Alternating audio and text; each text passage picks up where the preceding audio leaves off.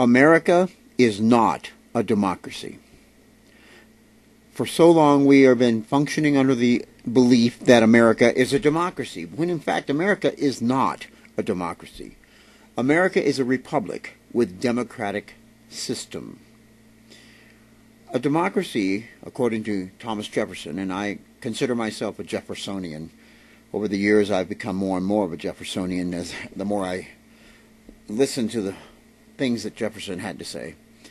Democracy is nothing more than mob rule, where 51% deny the rights of 49. This is the case. Democracy doesn't even exist in our country. We are a republic. I pledge allegiance to the flag of the United States of America and to the republic for which it stands. You're not pledging to a democracy for which it stands. You're pledging to a republic for which it stands. In the military handbook for recruits, when they first go to boot camp, you will read in the beginning of that book, or at least in an older version that I have, that the United States is not a democracy, that it is a republic. So why do we have a president who continues to lie to us on all levels, but continues to lie about the fact that he's trying to bring democracy to the rest of the world? Well, let's look at some facts. For example, 9/11. Why are we in Iran?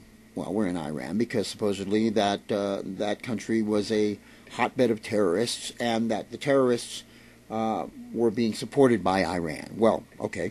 Out of the 19 9/11 perpetrators, 15 were Saudi Arabians. 15. One was an Egyptian. 2 were United Arab Emirates. And 1 was a Lebanese. Were there any Iranians in that group? Not a one. Not a single one was an Iranian.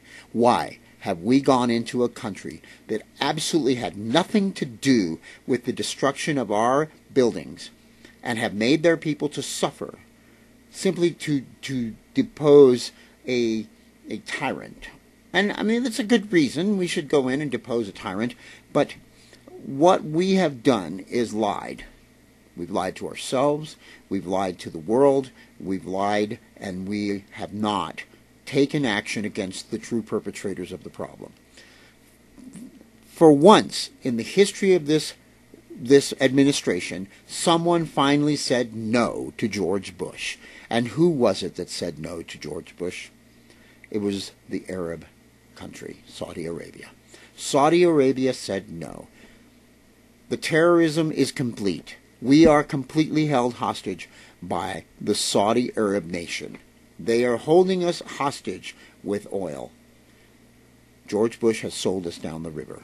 George Bush and his power-hungry puppeteers have given our country away to the terrorists, to the true terrorists, not the terrorists hiding behind little signposts on every corner, or telephone poles, or even in our own backyards, or on the border of Mexico.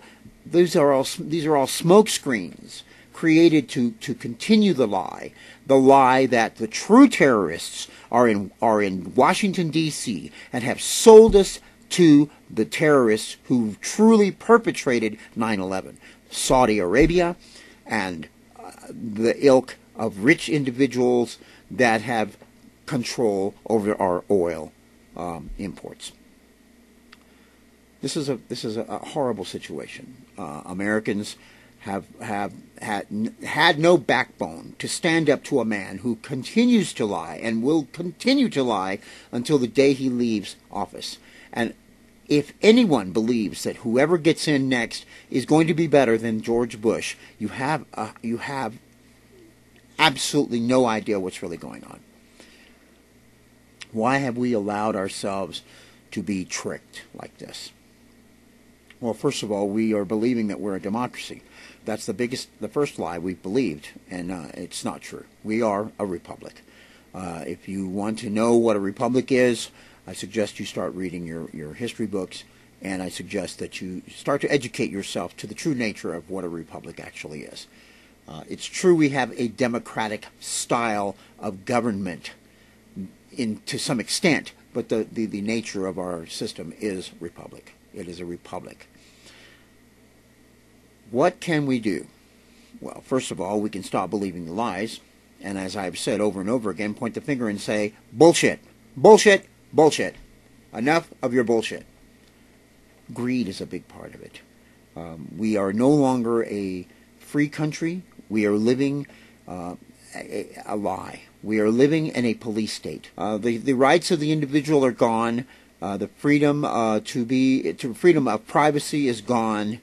We are handing it over to these perpetrators of the lie and constantly giving up our freedoms until we will no longer have any freedom left to stand on our own and say enough is enough.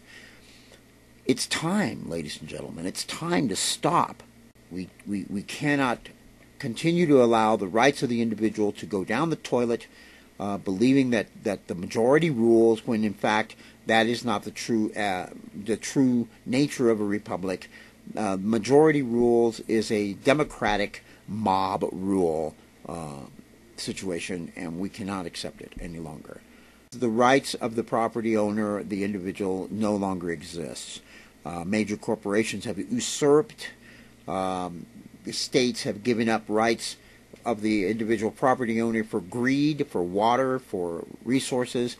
These situations are constantly growing in our country. Each state is becoming less and less a state of freedom and more a state of corporate and police state existence. Human beings in this country no longer have personal rights. We are finding that the rights of the individual and the rights of property owners are becoming more and more a thing of the past. What can we do to change it? Simply standing up on your local level and going to the local government and pointing at these people and saying, are you going to stand with us, or are you going to stand with the liars? The liars who continually tell us that they are doing this for our own good, when in fact they're doing it for money, they're doing it for power, and they're doing it for the greedy rich who are pulling their strings. For as they get higher up on the levels into the levels of government, the puppeteers reach in and take control.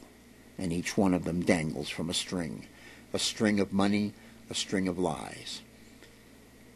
Again, I mean, how can anyone possibly believe that we're in Iran for a good reason when 15 of the perpetrators were Saudi Arabians? Why did we not go to Saudi Arabia and do what we did to Iran?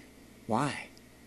Well, it's common knowledge that the Bush family is very good friends with several sheikhs. You know, here's a man who didn't even serve in the military with honor, who was a dishonorable individual as far as his military service, playing general. I mean, how could anybody in their right minds believe this man? The facts are the facts.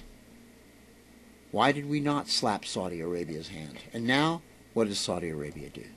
Why, no, we're not going to give you more oil. We're not going to help you. What makes anyone think they're going to help us?